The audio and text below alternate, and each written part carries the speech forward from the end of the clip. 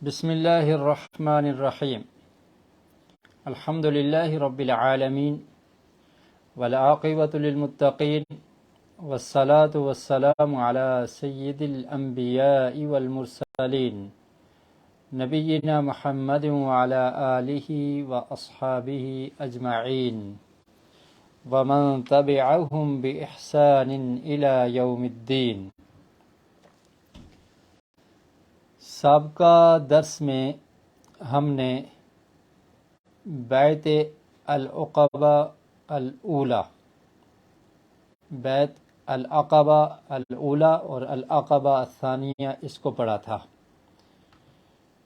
یعنی مدینہ منورہ سے جب کچھ لوگ نبی کریم صلی اللہ علیہ وسلم کے پاس تشریف لائے مکہ مکرمہ میں، اور پیارے رسول صلی اللہ علیہ وسلم سے ان نے بیعت لی اور آپ کو یہ دعوت دی کہ آپ ہمارے پاس مدینہ منورہ میں تشریف لے آئیں۔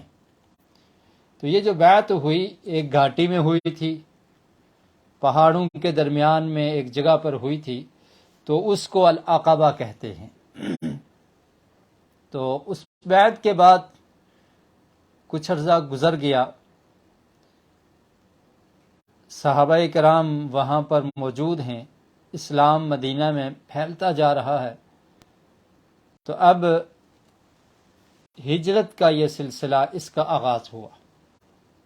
تو آج کے سبق میں ہم پڑھیں گے الحجرۃ الی المدینہ المنورہ، مدینہ منورہ کی طرف ہجرت۔ ہجرت کسے کہتے ہیں؟ ہجرت کا مطلب ہوتا ہے ایک علاقے کو چھوڑ کر دوسرے علاقے کی طرف منتقل ہو جانا، اپنے اسلام کو، دین کو، ایمان کو بچانے کے لیے۔ کہ کوئی ایسا علاقہ جہاں پر کفار ہیں اور آپ شعائر اسلام پر عمل نہیں کر سکتے اور کفار ستا رہے ہیں، پریشان کر رہے ہیں، اسلام پر عمل نہیں کرنے دیا جا رہا، تو اس علاقے کو چھوڑ کر کسی اور جگہ پر چلے جانا جہاں پر اسلام کے مطابق زندگی بسر کی جا سکے، تو اس کو ہجرت کہتے ہیں۔ تو ہم پڑھ چکے ہیں کہ مکہ مکرمہ میں کتنی مشاکل تھی، کتنی مشکلات تھی، پریشانیاں تھی، مسلمانوں کو کس طرح سے ستایا جاتا تھا، کیسے تکالیف پہنچائی جاتی تھی، اور مسلمانوں کا وہاں پر رہنا اس کو دوبر کر دیا گیا تھا، مشکلات تھی، دین پر عمل کرنا بہت مشکل تھا۔ تو چنانچہ مکہ کو چھوڑ کر صحابہ کرام اور نبی کریم صلی اللہ علیہ وسلم مدینہ کی طرف گئے۔ اس کو ہجرت کہا جاتا ہے۔ تو صحیح احادیث سے یہ بات ثابت ہے کہ مدینہ منورہ کو ہجرت کی جگہ منتخب کرنا یہ وحی الہی تھی۔ اللہ رب العالمین کی طرف سے یہ وحی ہوئی تھی اور یہ حکم تھا کہ آپ مدینہ کو اپنا ٹھکانہ اور مسکن بنا لیں اور اس کی طرف ہجرت کر کر جائیں۔ تو یہ اللہ رب العالمین کی طرف سے پیارے رسول صلی اللہ علیہ وسلم پر وحی ہوئی تھی، جس کی وجہ سے مدینہ کو اختیار کیا گیا۔ اور صحیح البخاری میں یہ روایت موجود ہے کہ پیارے رسول صلی اللہ علیہ وسلم نے ارشاد فرمایا، رأیت فی المنام انی اہاجر من مکہ الی ارض بها نخل۔ فرمایا کہ میں نے خواب میں دیکھا، اللہ کے رسول صلی اللہ علیہ وسلم کیا ارشاد فرماتے ہیں کہ میں نے خواب میں دیکھا کہ میں ہجرت کر رہا ہوں مکہ سے ایک زمین کی طرف جہاں پر کھجوریں ہیں، جہاں پر کھجوروں کے باغات ہیں، جہاں پر کھجوروں کے درخت ہیں۔ فرمایا میں نے خواب میں دیکھا ہے کہ میں مکہ سے ایک ایسی زمین کی طرف ہجرت کر کے جا رہا ہوں جہاں پر کھجوروں کے باغات ہیں۔ تو فرمایا کہ میرا ذہن یہ گیا کہ شاید وہ جگہ یمامہ ہے، یمامہ یہ بھی ایک جگہ کا نام ہے، او حجر یا حجر جگہ یہ وہ ہے۔ فَإِذَا هِيَ الْمَدِينَةُ يَثْرَبْ، لیکن یہ مدینہ تھا جس کو یثرب کہا جاتا ہے۔ تو چنانچہ نبی کریم صلی اللہ علیہ وسلم کو خواب میں پہلے سے یہ خوشخبری سنا دی گئی تھی، آپ کو اطمینان دلانے کے لیے، آپ کو تسلی دینے کے لیے خواب میں پہلے سے بتا دیا گیا تھا کہ آپ مکہ کو چھوڑ کر مدینہ کی طرف ہجرت کر کے جائیں گے۔ اور پھر اس کے بعد اللہ رب العالمین کی طرف سے بذریعہ وحی یہ اجازت بھی مل گئی اور حکم ہوا کہ آپ مکہ کو چھوڑ دیں اور مدینہ کی طرف چلے جائیں۔ ایسے ہی ایک روایت میں ہے، وہ بھی صحیح البخاری میں ہے، انی اریت دار ہجرتکم ذات نخل بین لابتین، کہ مجھے تمہاری ہجرت کی جگہ دکھا دی گئی ہے، تمہاری ہجرت کرنے کا گھر مجھے دکھا دیا گیا ہے جو کھجوروں کا ایریا ہے اور دو حرہ، دو پہاڑوں کے درمیان یہ جگہ ہے۔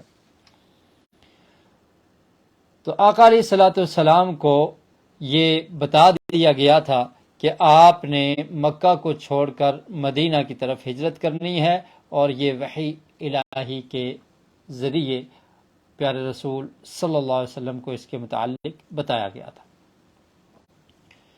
اب سب سے پہلے ہجرت کرنے والے کون تھے؟ اوائل المہاجرین، جن لوگوں نے مکہ کو چھوڑا مدینہ کی طرف چلے گئے۔ اس سے پہلے ہم ہجرت حبشہ کے بارے میں پڑھ چکے ہیں، اب ہجرت مدینہ کے بارے میں پڑھا جا رہا ہے۔ تو پہلے مہاجرین کون تھے؟ اس کے بارے میں ابن اسحاق رحمۃ اللہ علیہ، موسیٰ بن عقبہ اور دیگر مورخین، انہوں نے یہ لکھا ہے کہ ابو سلمہ بن عبد الاسد ہوا اول من ہاجر من مکہ الی المدینہ، یہ وہ پہلے شخص ہیں کہ جنہوں نے مکہ سے مدینہ کی طرف ہجرت کی۔ کیا نام ہے ان کا؟ ابو سلمہ بن عبد الاسد۔ یہ وہ صحابی رسول ہیں کہ جنہوں نے پہلے ہجرت کی، سب سے پہلے مکہ کو چھوڑ کر مدینہ کی طرف چلے گئے۔ قریش نے ان کو تکالیف پہنچائی۔ جب یہ حبشہ سے ہجرت کر کے واپس آئے، مکہ میں ٹھہرے، تو مکہ میں بڑی مشکلات کا سامنا انہوں نے کیا۔ قریش ان کو تنگ کیا کرتے تھے، ان کو تکالیف پہنچاتے تھے، تو پھر انہوں نے مدینہ منورہ کا رخ کیا۔ اور ابھی یہ بیعت عقبہ جو ہے اس سے بھی 1 سال قبل انہوں نے ہجرت کی۔ تو ابو سلمہ بن عبد الاسد اور ان کے ساتھ اس کے علاوہ مصعب بن عمیر، یہ بھی اوائل المہاجرین میں ہیں، جن لوگوں نے پہلے ہجرت کی، تو ان کا ذکر ہے۔ ابو سلمہ، اور اس کے بعد کون ہیں؟ مصعب بن عمیر، یہ قاری قرآن تھے، انہیں قرآن یاد تھا۔ اور ان کے ساتھ تھے ابن ام مکتوم رضی اللہ عنہما، یہ دونوں اول مہاجرین میں سے تھے، اور ان کی ڈیوٹی کیا تھی؟ کان یقرئان الناس القرآن، یہ لوگوں کو مدینہ میں قرآن کی تعلیم دیا کرتے تھے، مصعب بن عمیر اور ابن ام مکتوم۔ تو ابو سلمہ بن عبد الاسد یہ پہلے مہاجرین میں سے ہیں، اور اس کے علاوہ کون ہیں؟ مصعب بن عمیر اور ابن ام مکتوم، اور یہ دونوں صحابہ کرام، مصعب بن عمیر اور ابن ام مکتوم، عبداللہ بن ام مکتوم، تو یہ دونوں قاری تھے اور یہ قرآن سکھاتے تھے مدینہ میں۔ ابھی نبی کریم صلی اللہ علیہ وسلم کی ہجرت نہیں ہوئی، آپ مکہ میں موجود ہیں، لیکن آپ سے پہلے صحابہ کرام مدینہ کی طرف جانا شروع ہو چکے تھے، کیونکہ مدینہ میں یہ ماحول بن چکا تھا، مدینہ میں اسلام ہر گھر میں داخل ہو چکا تھا، اور اب مکہ سے جن اصحاب کو تنگ کیا جاتا تھا، تکالیف دی جاتی تھی، اور جو ہجرت کر سکتے تھے تو وہ ہجرت کر کے مدینہ کی طرف جا رہے تھے۔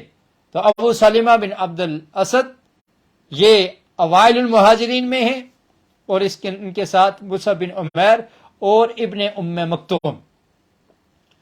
ابو سلمہ بن عبد الاسد رضی اللہ عنہ، انہوں نے جب ہجرت کی، ان کا واقعہ انشاءاللہ ہم پڑھیں گے، تو فی الحال آپ ان اصحاب کے نام یاد رکھیں کہ جو اوائل المہاجرین میں سے ہیں. تو ان میں کون ہیں؟ ابو سلمہ بن عبد الاسد اور مصعب بن عمیر اور ابن ام مکتوم. اور پھر ان کے بعد مدینہ کی طرف آنے والے جو اصحاب ہیں ان میں نام ہے بلال بن رباح، سعد بن ابی وقاص، عمار بن یاسر، اور پھر عمر بن خطاب رضی اللہ تعالی عنہ. یہ 20 صحابہ کرام کے ساتھ آئے. 20 صحابہ کرام تقریباً اتنی تعداد بن جاتی ہے. تو یہ وہ لوگ ہیں جنہوں نے شروع میں ہجرت کی. قریش کو بڑی پریشانی ہوئی کہ مکہ سے لوگ چھوڑ کر جا رہے ہیں اور مسلمان یہاں سے نکل رہے ہیں. قریش نے ہر ممکن کوشش کی کہ ان کو روکا جائے. مہاجرین کو روکنے کے لیے انہوں نے ان کے مال کو لوٹ لیا، ان سے ان کا مال چھین لیا کہ تم مکہ میں رہ کر تجارت کیا کرتے تھے، مکہ میں تمہارا بزنس تھا، اب تم نے اپنے آباء و اجداد کے دین کو چھوڑ دیا ہے، اسلام کو قبول کر لیا ہے، پیارے محمد صلی اللہ علیہ وسلم کا کلمہ پڑھ لیا ہے، اور اب یہاں سے نکل کر تم مدینہ کی طرف جا رہے ہو. یہ مال تم نہیں لے کے جا سکتے، مال ہم نہیں دیں گے تمہیں. مال چھین لیا ان سے کہ تاکہ یہ رک جائیں. لیکن ان کے دل میں ایمانی غیرت موجود تھی، ان کے دلوں میں ایمان گھر کر چکا تھا.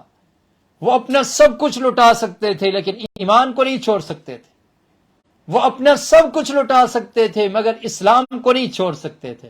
انہوں نے مال کی پرواہ نہیں کی، انہوں نے دولت کی پرواہ نہیں کی، انہوں نے اپنی جائیداد کی پرواہ نہیں کی، انہوں نے اس بستی کی پرواہ نہیں کی جہاں پر ان کے شب و روز گزرے تھے، جہاں پر انہوں نے زندگی کا ایک عرصہ گزارا تھا. اپنے رشتہ داروں کی پرواہ نہیں کی، سب کچھ لٹا دیا. ہجرت کر کے اسلام کو بچا کر، ایمان کو بچا کر، مکہ کو چھوڑ کر مدینہ کی طرف جانے کے لیے تیار ہو گئے. قریش نے کیا کیا؟ مال کہا مال نہیں دیں گے تمہیں، اور تم جاتے ہو تو اکیلے ہی جاؤ، مال نہیں ساتھ لے کے جا سکتے. اور کبھی کیا کرتے تھے؟ ان کی زوجات کو، ان کی بیویوں کو روک لیتے. چاہتے ہو اکیلے جاؤ، یہ تمہاری بیویاں تمہارے ساتھ نہیں جائیں گی، یہ تمہارے بچے تمہارے ساتھ نہیں جائیں گے، ان کو ہم نہیں جانے دیں گے. ذرا آپ تصور کیجئے کس قدر قربانیاں دی اصحاب محمد صلی اللہ علیہ وسلم نے. آج لوگ بات کرتے ہیں، جس کو کچھ نہیں پتا، جب وہ بولتا ہے تو صحابہ کرام رضوان اللہ علیہم اجمعین ان کے بارے میں اپنی زبان دراز کرنے کی کوشش کرتا ہے. ذرا سوچئے، تصور کیجئے کہ یہ وہ لوگ ہیں جن کے بارے میں پیارے رسول صلی اللہ علیہ وسلم نے ارشاد فرمایا تھا، خیر القرون قرنی، بہترین زمانہ میرا زمانہ ہے. جو میرے زمانے کے لوگ ہیں وہ بہترین لوگ ہیں. ان بہترین لوگوں کے بارے میں تم اپنی زبان سے برے الفاظ نکالتے ہو. ان کی شان میں کوئی فرق نہیں پڑنے والا. تم اپنے ہی کتاب کو، اپنے ہی نامہ اعمال کو خراب کر رہے ہو. یہ تو وہ لوگ ہیں جن کے بارے میں اللہ نے فرما دیا رضی اللہ عنہم، کہ اللہ تعالیٰ ان سے راضی ہو چکا ہے. تو میں عرض یہ کر رہا تھا کہ جب ہجرت کا یہ سلسلہ شروع ہوا، قریش نے ان سے ان کا مال لے لیا، ان کے بچوں کو ساتھ نہیں جانے دیتے تھے، اور کبھی کہتے تمہاری بیویاں نہیں جائیں گی. اور پھر اس طرح کے ہیلے اور بہانے کرتے تھے کہ تاکہ وہ ہجرت نہ کریں اور مکہ میں ہی رہیں، یا اگر چلے گئے ہیں تو واپس آ جائیں مکہ کی طرف. لیکن مہاجرین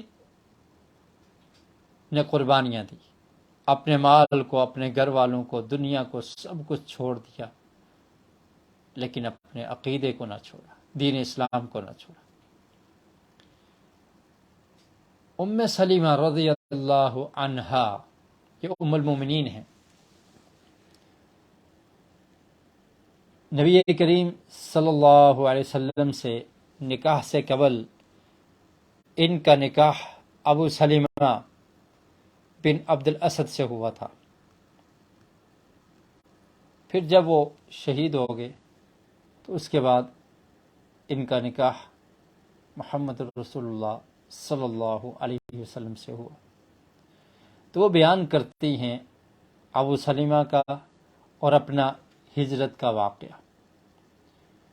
اور صحیح مسلم میں یہ حدیث ہے، اس سے بھی یہ ثابت ہوتا ہے کہ پہلے ہجرت کرنے والے وہ ابو سلمہ ہیں، کیونکہ اس حدیث کے الفاظ یہ ہیں، ام سلمہ بیان کرتی ہیں اول بیت ہاجر الی رسول اللہ صلی اللہ علیہ وسلم، کہ سب سے پہلا وہ گھر تھا جس نے اللہ کے رسول صلی اللہ علیہ وسلم کی طرف ہجرت کی۔ تو یہ بیان کرتی ہیں لما اجمع ابو سلمۃ الخروج الی المدینہ، کہ جب ابو سلمہ نے یہ ارادہ کیا کہ وہ مدینہ کی طرف ہجرت کریں، تو ام سلمہ رضی اللہ تعالی عنہ، ان کا تھوڑا سا تعارف، ان کا نام تھا ہند بنت ابی امیہ، اور انہوں نے اس سے پہلے حبشہ کی طرف بھی ہجرت کی تھی، ابو سلمہ نے اور ان کی اہلیہ ام سلمہ رضی اللہ تعالی عنہ، انہوں نے ہجرت کی تھی حبشہ کی طرف بھی، اور پھر واپس مکہ مکرمہ میں آ گئے، اور پھر اس کے بعد دوبارہ مدینہ کی طرف ہجرت کی۔ تو جب ان کے خامد فوت ہو گئے ابو سلمہ بن عبد الاسد، تو رسول مکرم صلی اللہ علیہ وسلم کے ساتھ ان کی شادی ہوئی، اور جب ان کی وفات ہوئی تو اس وقت ان کی عمر، ام سلمہ کی عمر ان کی وفات کے وقت کیا تھی؟ 84 ایئرس، 84 سال کی عمر انہوں نے پائی۔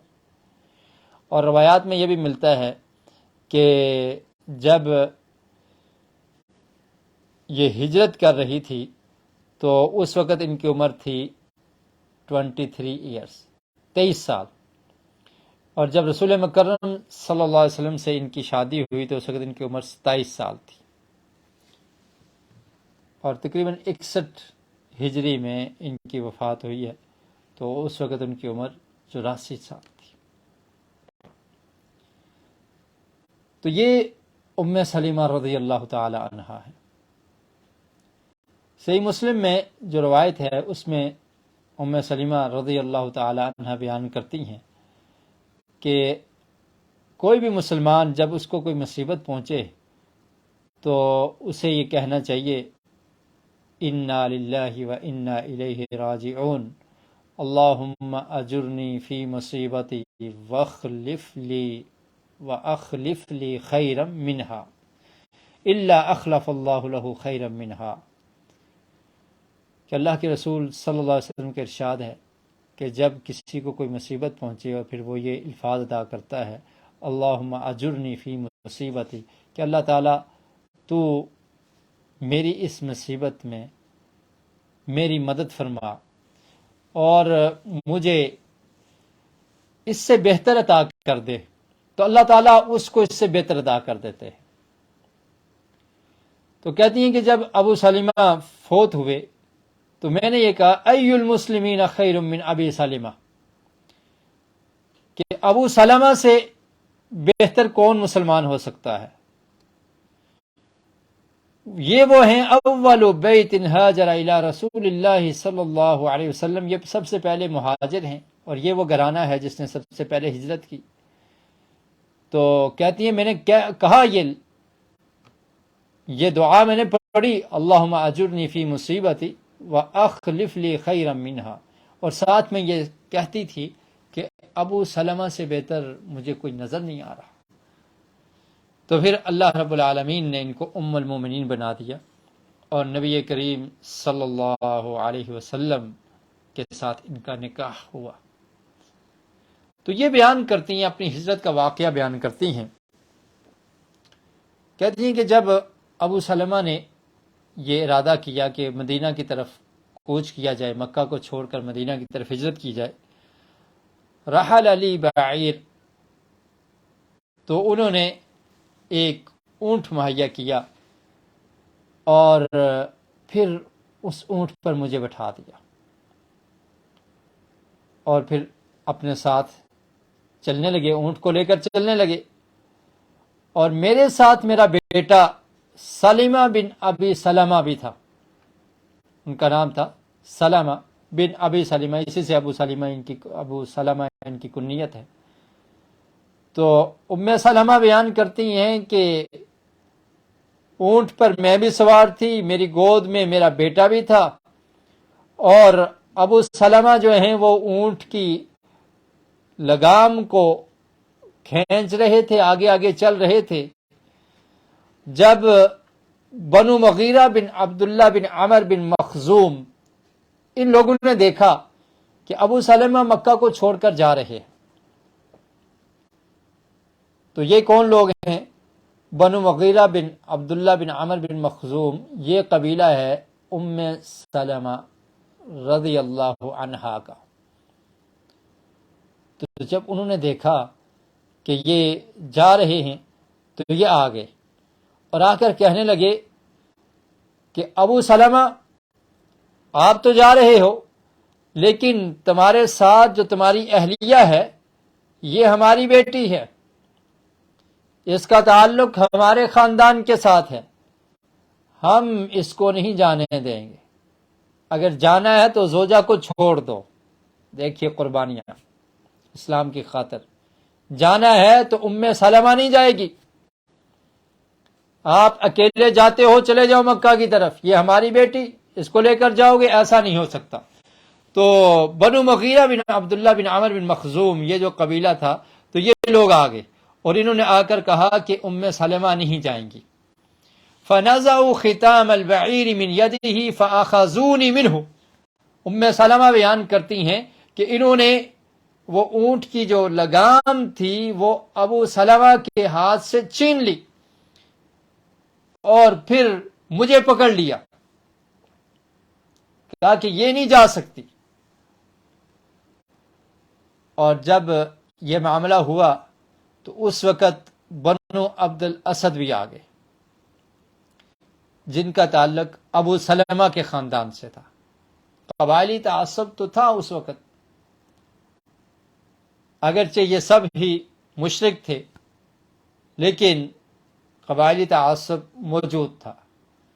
تو جب دیکھا کہ بنو المغیرہ نے روک لیا ہے اپنی بیٹی کو، تو یہ لوگ بنو عبد الاسد یہ بھی آ گئے اور آ کر ابو سلمہ کو کہتے ہیں واللہ لا نترک ابننا عندها اذ نزعتموها من صاحبنا، کہنے لگے کہ اگر تم نے اپنی بیٹی کو واپس لے لیا ہے ابو سلمہ سے، اس کے ساتھ نہیں جانے دے رہے، تو پھر جو اس کی گود میں بیٹا ہے یہ بھی اس کے ساتھ نہیں جائے گا، یہ نہ ابو سلمہ کے ساتھ جائے گا اور نہ ہی ام سلمہ کے پاس رہے گا،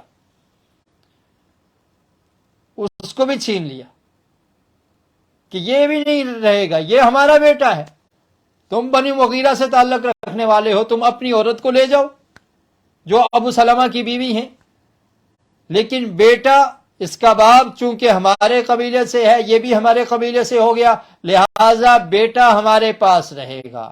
اب آپس میں ان کی لڑائی شروع ہوگی۔ ام سلمہ بیان کرتی ہیں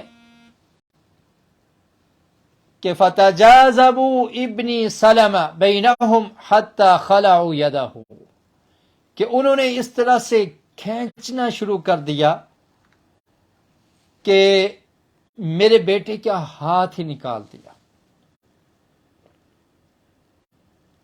کہ میرے بیٹے کا ہاتھ نکال دیا، اس طرح سے کھینچنا شروع کر دیا۔ ادھر بنو المغیرہ کے لوگ کھینچ رہے ہیں، ادھر بنو عبد الاسد کے کھینچ رہے ہیں، تو سلمہ جو بیٹا تھا چھوٹا تھا اس کا ہاتھ نکال دیا۔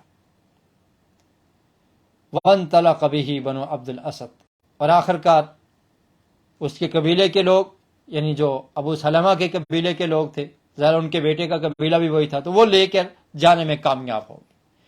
اور اب ام سلمہ کو کس نے روک لیا؟ وَحَبَسَنِي بنو المغیرہ، ان کے خاندان نے ان کو روک لیا۔ ابو سلمہ اکیلے مدینہ کی طرف روانہ ہو جاتے ہیں، اپنی بیوی کو بھی چھوڑ دیا اور اپنے بیٹے کو بھی چھوڑ دیا ان کو چھوڑ کر اکیلے مدینہ کی طرف روانہ ہو جاتے ہیں۔ تصور کیجئے، سوچئے، اپنی اہلیہ کو چھوڑ دیا، اپنے نونہال چھوٹے سے بیٹے کو چھوڑ دیا، لیکن اپنا اسلام اور دین بچانے کے لیے یہ جنت کے متلاشی مکہ کو چھوڑ کر مدینہ کی طرف روانہ ہو جاتے ہیں، اکیلے ہی آ جاتے ہیں۔ سب کچھ لٹا دیا، اسلام کو بچا دیا۔ اللہ اکبر۔ ام سلمہ بیان کرتی ہیں ففرق بینی وبین زوجی وبین ابنی، تو ان لوگوں نے مجھے میرے شوہر سے اور میرے بیٹے سے جدا کر دیا۔ قالت فکنت اخرج کل غدات فاجلس بالابتح، کہتی ہیں کہ میں ہر صبح نکلتی اور جا کر ایک جگہ پر، ایک وادی تھی ابتح اس کا نام تھا، وہاں پر بیٹھ جاتی اور وہاں پر صبح سے لے کر شام تک روتی رہتی، اور 1 سال یا 1 سال کے قریب اتنا عرصہ ایسے ہی گزر گیا۔ ابو سلمہ شوہر ہیں، ہسبینڈ ہیں، وہ مدینہ میں، اور بیٹے کو ان کے قبیلے نے ان سے علیحدہ کر دیا ہے، اور ان کو ان کے قبیلے نے بند کر کے رکھا ہوا ہے۔ صبح نکلتی، اب تک جگہ پر جاتی اور جا کر روتی رہتی، 1 سال ایسے ہی گزر گیا۔ کہتے ہیں 1 سال کے قریب جب عرصہ گزر گیا، مر بی رجل من بنی عمی، تو ان کی ہی فیملی کا ایک شخص، یعنی چچے کا بیٹا، وہاں سے گزرا اور اس نے دیکھا کہ ام سلمہ کا یہ حال ہو چکا ہے، وہ رو رہی ہیں اور ان کو ان کے بیٹے سے اور ان کے شوہر سے جدا کر دیا ہے۔ ان کو رحم آ گیا، ابھی ان لوگوں میں فطرت باقی تھی، ان میں رحم دلی باقی تھی۔ انہوں نے دیکھا کہ یہ ظلم ہے، رحم آ گیا ان کے دل میں، اور جا کر اپنے قبیلے سے کہا الا تخرجون هذه المسکینہ، کیا تم اس مسکینہ کو نکالو گے نہیں؟ اس کو تم نے جدا کر دیا، فرقتم بینہا وبین زوجہا وبین ولدہا، اس کو تم نے اس کے بیٹے سے، اس کے خامن سے علیحدہ کر رکھا ہے، اس کو بند کیا ہوا ہے، اس کو چھوڑو گے نہیں؟ کب تک یہ ظلم کرتے رہو گے؟ جب اس شخص نے اس طرح سے کہا تو انہوں نے اجازت دے دی کہ آپ اگر چاہتی ہیں تو اپنے خامند کے ساتھ جا سکتی ہیں، اپنے خامند کے پاس جا سکتی ہیں۔ ورد بنو عبد الاسد الی عند ذلك ابنی، اور ام سلمہ بیان کرتی ہیں کہ اس وقت بنو عبد الاسد نے میرا بیٹا بھی مجھے واپس لوٹا دیا۔ اب انہوں نے مدینہ کی طرف جانے کی تیاری شروع کر دی۔ فرتحلت بعیری، کہتی ہیں کہ میں نے اونٹنی پر یا اونٹ پر میں سوار ہوئی اور اپنے بیٹے کو بھی لیا، اس کو اپنی گود میں رکھا، اور اس ارادے سے نکلی کہ میں اپنے خاوند کے پاس، اپنے شوہر ابو سلمہ کے پاس مدینہ جاؤں گی، اور میرے ساتھ اللہ کی مخلوق میں سے کوئی نہیں تھا۔ اکیلی عورت اپنے بیٹے کو لیا، اونٹ پر سوار ہوئی اور مدینہ کا رخ کر لیا۔ کہتی ہیں کہ میں جا رہی تھی کہ تنعیم جگہ پر پہنچی، جہاں پر آج مسجد تنعیم ہے، مسجد عائشہ بھی اس کو کہا جاتا ہے، تنعیم اس جگہ کا نام ہے۔ تو کہتی ہیں جب میں وہاں پر پہنچی تو مجھے عثمان بن طلحہ بن ابی طلحہ یہ ملے، ان کا تعلق تھا بنو عبد الدار سے۔ تو انہوں نے مجھ سے پوچھا الی این یا ابنت ابی امیہ، اے ابو امیہ کی بیٹی کہاں جا رہی ہو؟ تو میں نے کہا کہ میں اپنے خاوند کے پاس، اپنے شوہر کے پاس مدینہ میں جا رہی ہوں۔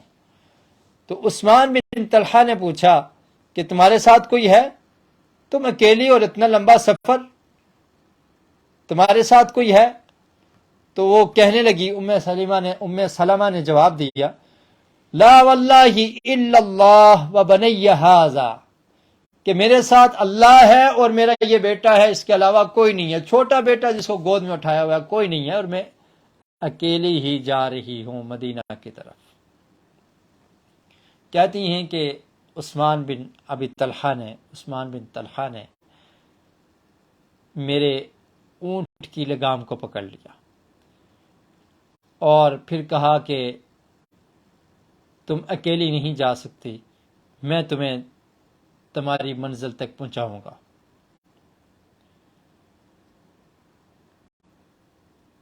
اور پھر ام سلمہ بیان کرتی ہیں کہ عثمان بن طلحہ سے زیادہ معزز شخص میں نے کوئی نہیں دیکھا۔ اب دیکھیے کہ فطرت موجود ہے، عقیدہ مختلف ہے، یہ مسلمان عورتیں ہیں، وہ شرک پر ہیں، لیکن اس کے باوجود بھی ہمدردی موجود ہے کہ یہ عورت چھوٹا سا بچہ اتنا لمبا سفر کیسے جائیں گی، اور ایک احسان کرتے ہوئے اس جذبے کے ساتھ اونٹ کی لگام کو پکڑ لیا، کہا میں آپ کو آپ کی منزل تک پہنچا کر آؤں گا۔ یہ اچھی روایات ان لوگوں میں بھی موجود تھی، دوسرے کی ہمدردی، دوسرے کا کام آنا، نرمی۔ اور آپ دیکھیے کہ وہ بنو مغیرہ کا وہ شخص جس نے یہ سفارش کی اور کہا کہ اس مسکینہ پر تم نے ظلم کر رکھا ہے، چھوڑ دو اس کو۔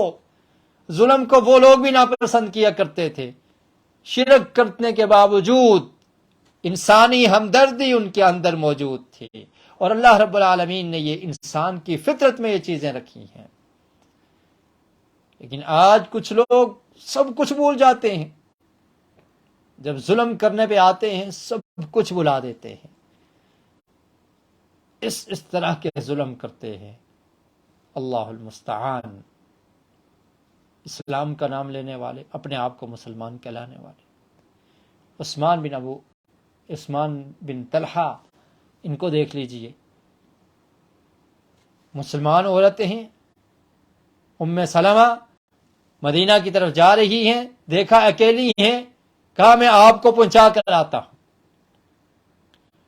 اور پھر ام سلمہ بیان کرتی ہیں کہ اتنا معزز شخص میں نے کوئی نہیں دیکھا، اذا بلغ المنزل اناخ بی، کہ جب کسی جگہ پر ٹھہرنا ہوتا تو اونٹ کو بٹھا لیتے، اونٹ بیٹھتا، ثم استأخر عنی، پھر پیچھے ہٹ جاتے، دور ہٹ جاتے مجھ سے، کہ تاکہ یہ آرام کرنے کے لیے اونٹ سے اتر جائے۔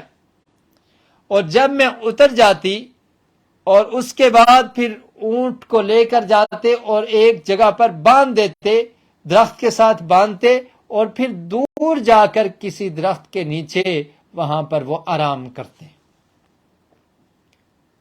اور پھر جب جانے کا ٹائم قریب ہوتا تو اونٹ کے پاس جاتے اور اس کو کھڑا کرتے اور پھر دور ہو جاتے، یہاں تک کہ میں اونٹ پر سوار ہو جاتی، اور جب میں اونٹ پر سوار ہو جاتی پھر اس کی لگام کو پکڑتے اور پھر اس کو چلانا شروع کر دیتے۔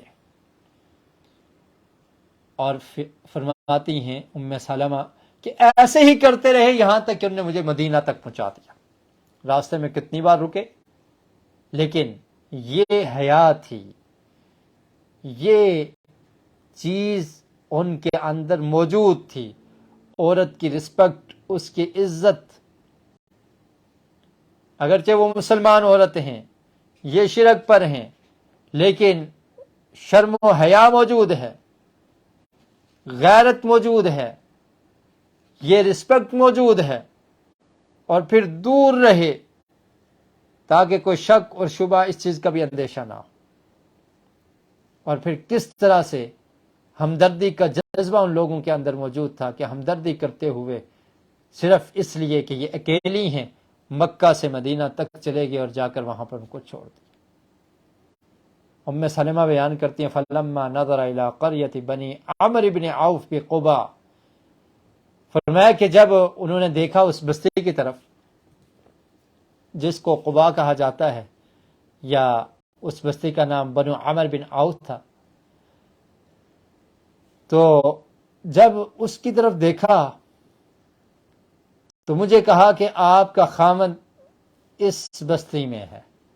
زوجک فی ہذہ القریہ، آپ کا خامد اس بستی میں ہے. اور ابو سلمہ وہاں پر موجود تھے اور مجھے کہا کہ آپ چلی جائیں وہاں پر، اور پھر وہاں سے وہ چھوڑ کر مکہ کی طرف واپس آ گئے. اور ام سلمہ بیان کرتی ہیں واللہ ما علمت اہل بیت فی الاسلام اصابہم ما اصاب آل ابی سلمہ.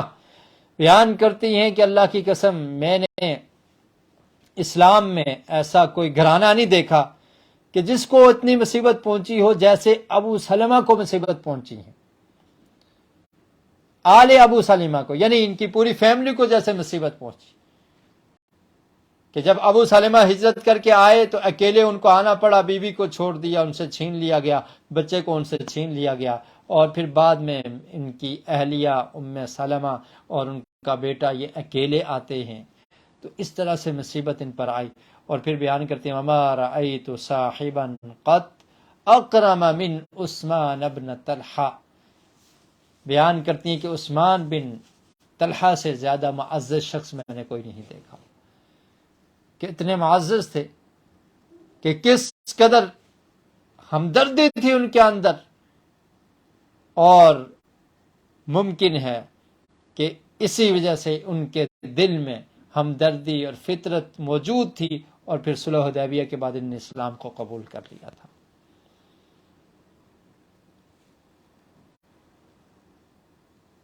تو اس میں آپ دیکھیے کہ وہ لوگ کس قدر ان میں ہمدردی کا جذبہ موجود تھا.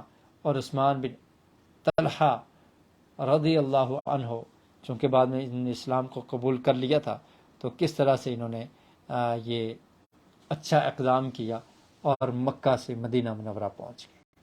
اور پھر آپ یہ دیکھیں کہ ہجرت کرتے ہوئے کس قدر تکالیف کا سامنا کرنا پڑا صحابہ کرام کو، اور خصوصاً ابو سلمہ اور ان کی فیملی کو کس قدر مشکلات کا سامنا کرنا پڑا، اور انہوں نے ان مشکلات کو جھیلا لیکن اپنے دین کو نہیں چھوڑا اور دین پر عمل کیا، اور پھر ہجرت کر کے مدینہ کی طرف پہنچ گئے. اس کے علاوہ برا بن عازب رضی اللہ تعالی عنہ کی روایت ہے، ان سے مروی روایت صحیح البخاری میں ہے.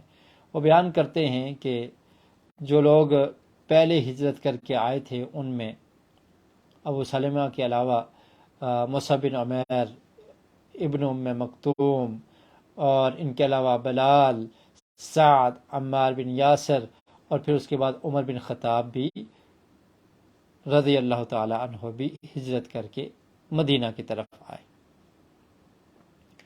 تو عمر بن خطاب رضی اللہ تعالی عنہ کا ہجرت کرنا اور یہ واقعہ،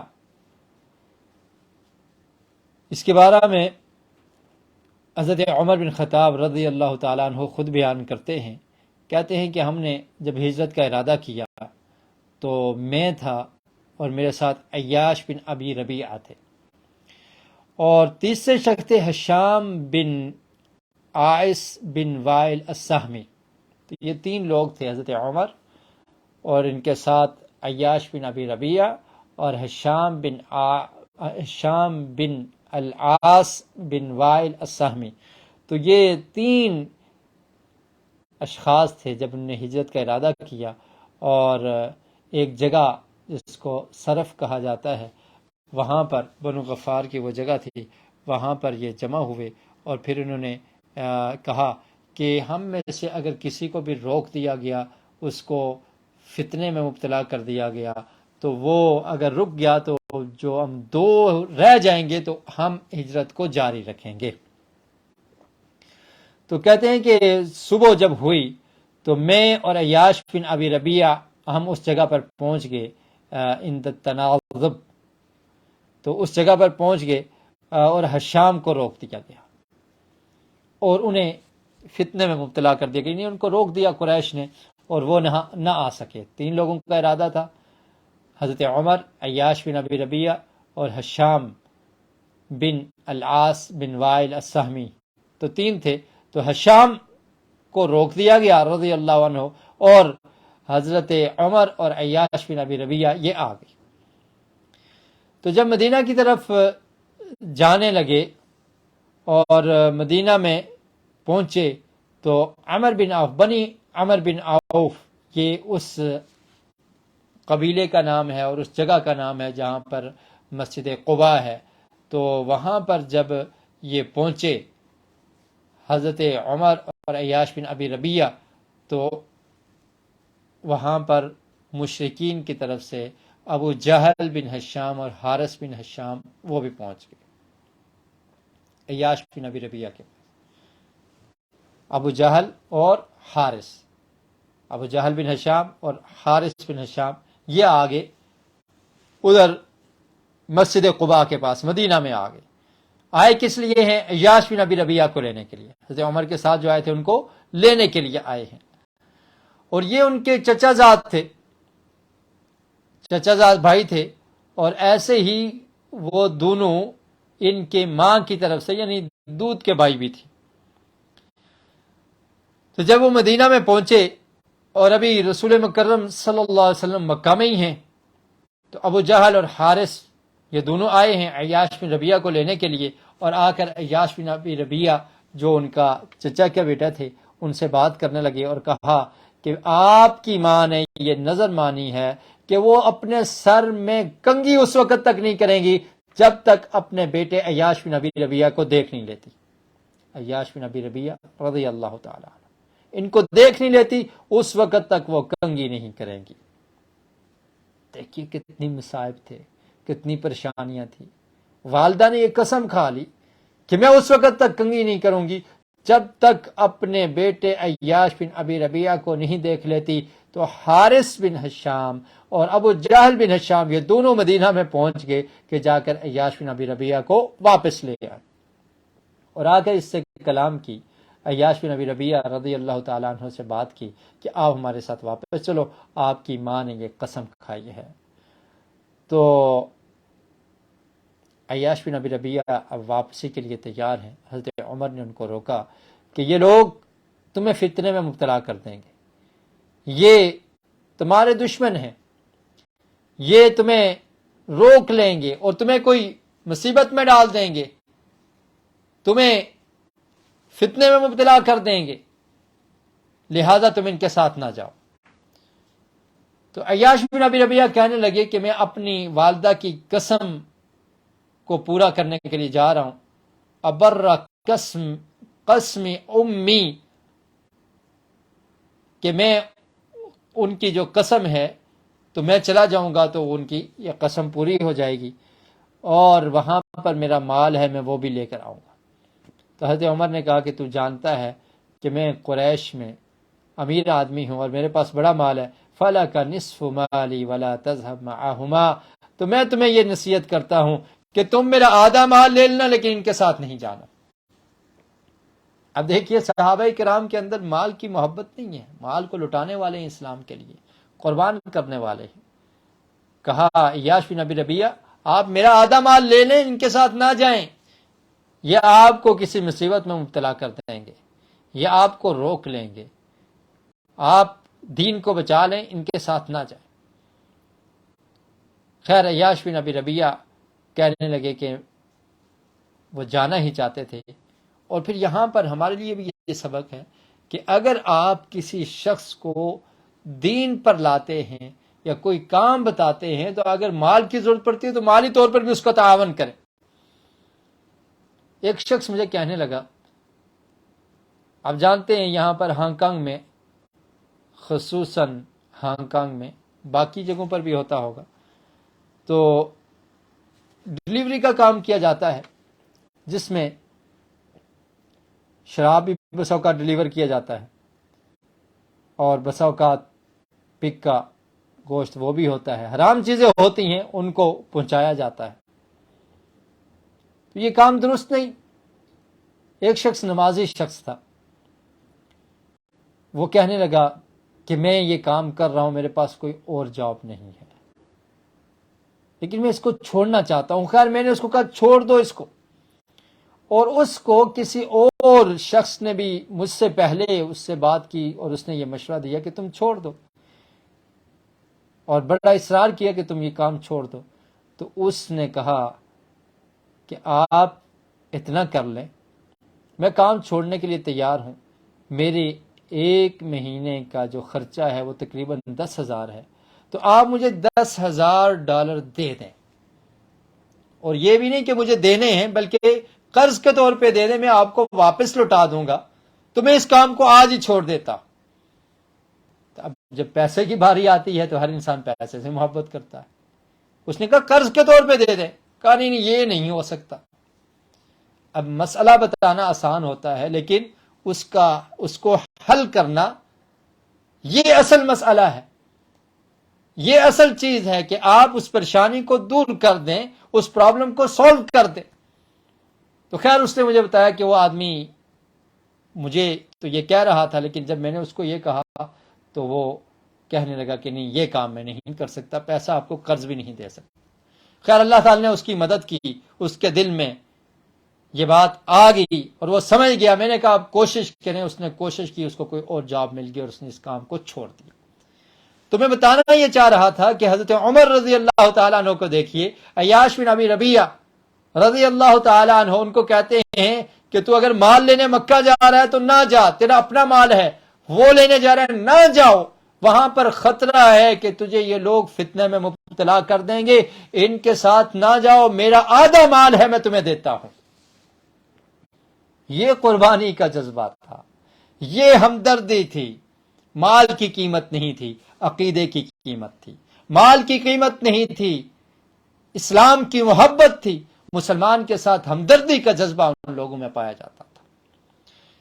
اور پھر جب عیاش بن ابی ربیعہ نے انکار کیا اور کہا کہ میں ان کے ساتھ جاؤں گا، تو اس کے بعد دیکھیے حضرت عمر رضی اللہ تعالیٰ عنہ نے ایک اور آفر کر دی، فرمایا کہ اگر تو جانا ہی چاہتا ہے تو پھر اپنی اونٹنی پر نہ جانا، میری اس اونٹنی کو لے لے، فَإِنَّهَا نَجِيبَةٌ ذَلُولٌ، یہ بڑی تیز چلنے والی ہے، یہ بہت اچھی ہے، اور جب تو نے دیکھا کہ یہ لوگ تجھے کسی مشکل میں ڈالنا چاہتے ہیں، تجھے گرفتار کرنا چاہتے ہیں اور تجھے مصیبت میں مبتلا کرنا چاہتے ہیں، تو اس اونٹنی پر سوار ہو کر جا، یہ اونٹنی تیز چلنے والی ہے، تو واپس پلٹ آنا، تو واپس جلدی پہنچ جائے گا اور ان سے بچ کر نکل جائے گا۔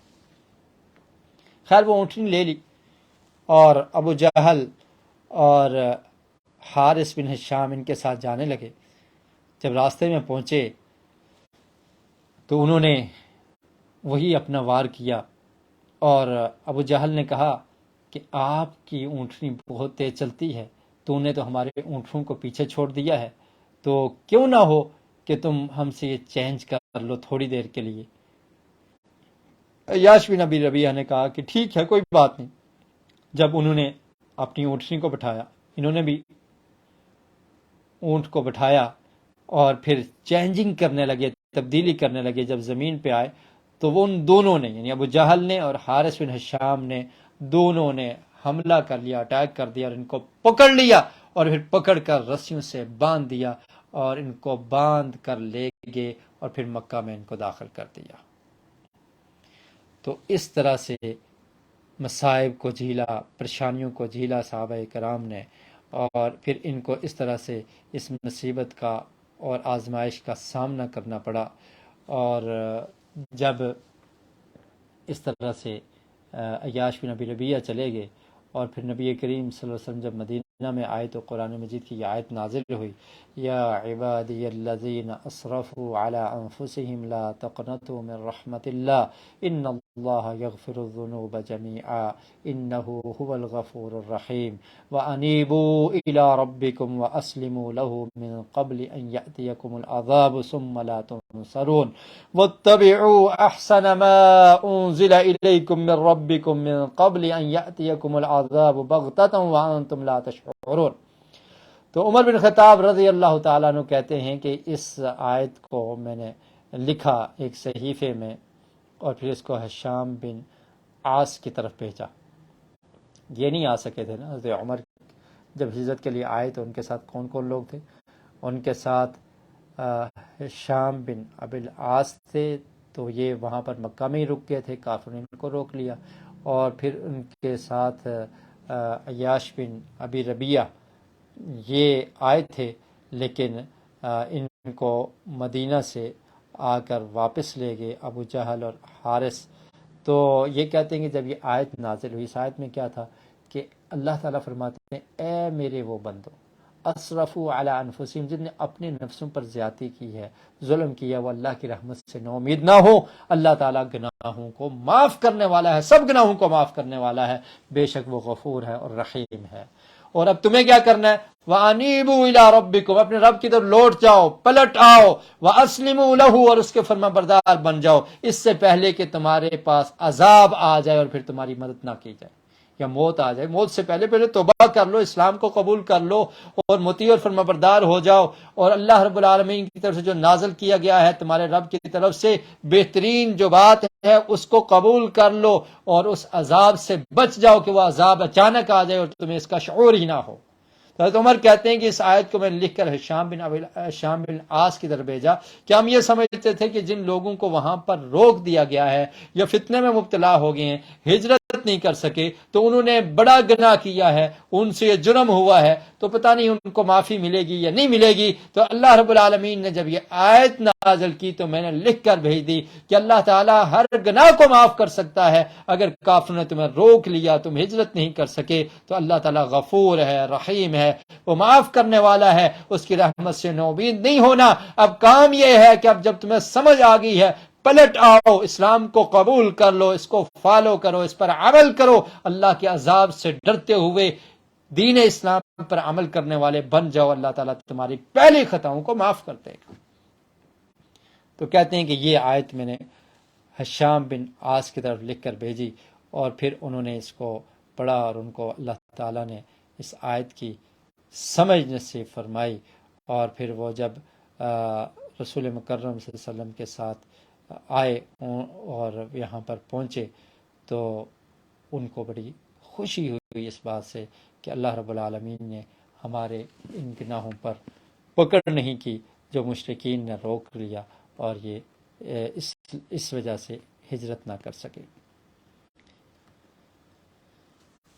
اور جب مہاجرین مدینہ میں پہنچے تو یہاں پر قباء مسجد کے قریب ہی ٹھہرا کرتے تھے، اس جگہ کا نام تھا عصبہ، نبی کریم صلی اللہ علیہ وسلم سے پہلے۔